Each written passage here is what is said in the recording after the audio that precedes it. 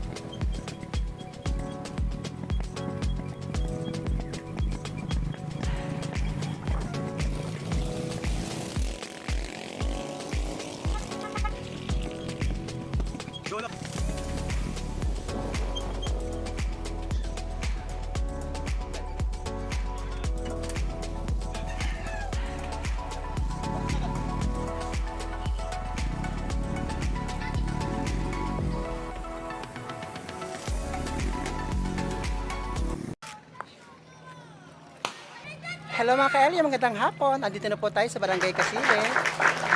Ayan po, makita niyo po, Barangay Kasili na po tayo.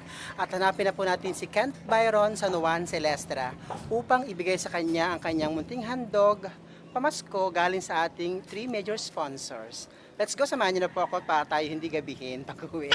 Pero bago po natin siya hanapin mga kaibigan, ay ipakita ko po muna sa inyo ang ganda ng sunset. Ang ganda ng tanawin mula dito sa kanilang mismong pretil. Ito po. O di ba mga kaibigan, nakita niyo naman po siguro ang ganda ng araw. Ang tare ng pretil dito ngayon, no? Tingnan po ang karagatan mga kaibigan. Ito po ang pinapagawang baywalk ng Barangay Kasili. At makita niyo po sa talagang ito po, Barangay Kasili po tayo. Oh my God. Pwede mating po dito mga kaibigan. At ito nga po, at pupunta po natin si Kent Byron San Juan Celestra. Mga kaibigan, napakita ko po sa inyo ang ganda ng pretil ha. O, nakita niyo siguro ang araw. Ang ganda pagmasdan talaga. Ito po mga kaibigan, nakita ko po si Idol Kapusod. Hindi ko alam na. Hindi ko sinet nung profile. Siguro bawal ko. Salamat po. Yan po mga kaibigan, si Idol Kapusod po yan mga kaibigan. Tara na po, samahan niyo na po ako at hanapin na po natin si Kuya Kent Byron San Juan Celestra. Let's go! Shoutout nga po pala kay Tita Jelita Dusayan, also known as Ate Jelita Benadas. Shoutout po sa iyo, maganda kong idol. Thank you so much po sa pagsubaybay. Ito po mga kaibigan, no? Parating po si Idol Talim PH.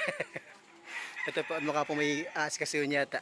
Tinigil ko na po pag-video kay Kagawad Idol Talim PH dahil po may emergency po pala. Tara na po, punta na po natin si Kuya Kent Byron San Juan Celestra po. At tayo po pala lumampas sa bahay nila. Ayun yung po nakikita naglalakad po ay si Idol Talim PH mga kaibigan. At mukhang may askasuyin po sila. Kaya hindi na po natin inabala.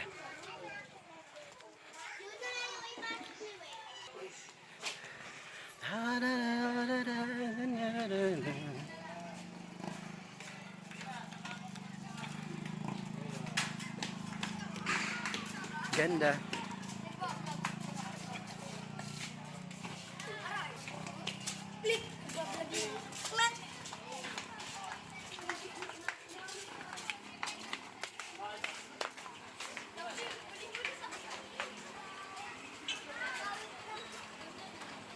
Sabay kaway.